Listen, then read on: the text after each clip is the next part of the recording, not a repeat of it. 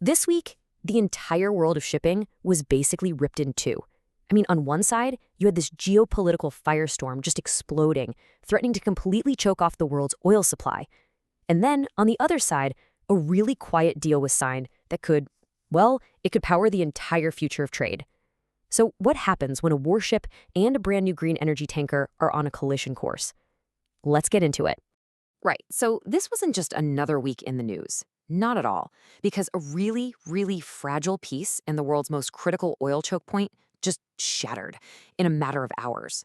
And at the exact same time, this long-held dream for green shipping, it took a giant leap into reality. You've got these two powerful stories, one of conflict and one of progress, and they're unfolding at the same time. Okay, first, let's tackle the firestorm that's threatening to just swallow the global economy whole. For a split second there, it really looked like there was a glimmer of hope, but that hope, it was just extinguished. And the consequences were immediate. I'm talking oil prices skyrocketing and critical supply chains just grinding to a dead halt. The speed of this collapse was just breathtaking. Think about it. On Monday, we have a ceasefire. By Friday, after only 21 hours of talks, diplomacy is completely dead. And by Saturday, warships are on the move. We went from a handshake to a full-blown naval blockade in just 5 days. Wild. And listen, this was no paper blockade.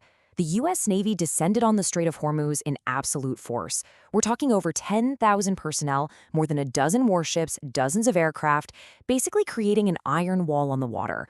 On day one, 10 ships were stopped and turned right back around. And, all while this was happening, specialized crews began the incredibly dangerous work of clearing out the Iranian mines that were littering the strait. Vice President J.D. Vance's words, right as the talks fell apart, were pretty much a death knell for diplomacy. That very simple proposal he mentioned, that wasn't a negotiation. It was an ultimatum, and the world didn't have to wait very long to see Iran's answer, or America's response. So what happens when you just slam the door on one of the planet's most critical energy arteries? Well, the numbers, they tell a pretty terrifying story. Okay, so the shipping association BIMCO is reporting that the flow of crude oil by sea has dropped by a staggering 16%. To give you some perspective on that, the last time the world saw a supply shock this severe, this fast, was during the 1973 oil crisis. We are in historic territory here.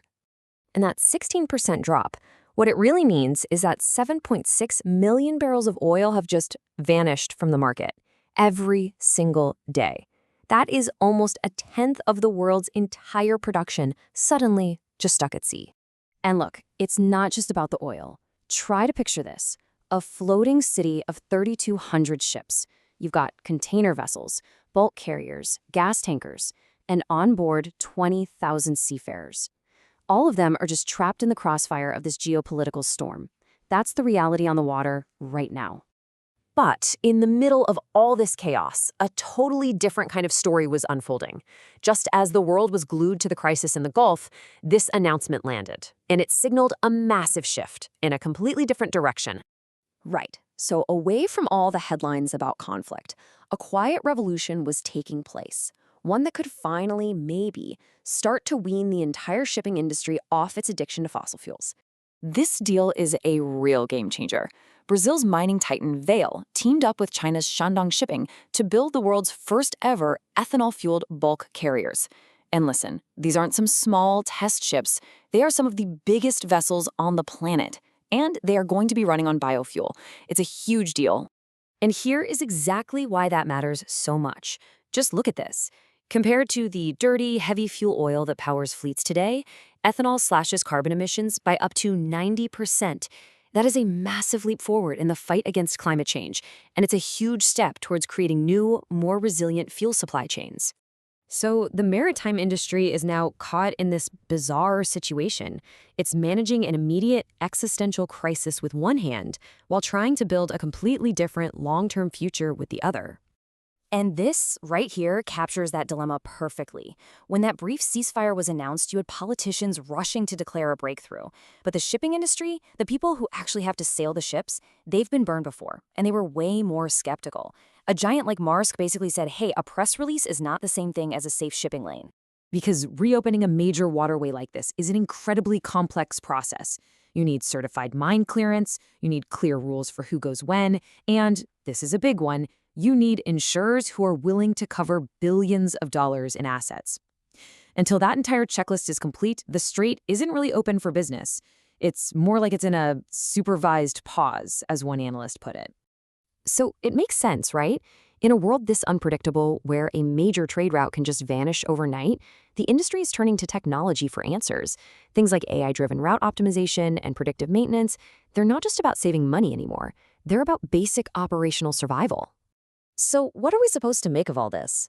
We've got these two totally competing visions for the future of trade, and they're both unfolding on the very same ocean. This slide just perfectly captures the two worlds that the shipping industry is living in right now. On one side, you have the endless cycle of crisis management, of just trying to survive day to day. And on the other, you have this proactive innovation that you need for long-term sustainability. The industry is really at a crossroads. It can either keep getting battered by the storms of geopolitics, or it can start to chart a new course toward a more sustainable and resilient future. The real challenge, though, is that it has to do both at the same time. So it kind of makes you wonder, doesn't it? Is innovation the only real way to survive in this chaotic new world, in an age where these critical choke points can become battlefields overnight? Maybe, just maybe, the relentless pursuit of new technologies and new fuels is the only way to build a truly resilient future for global trade.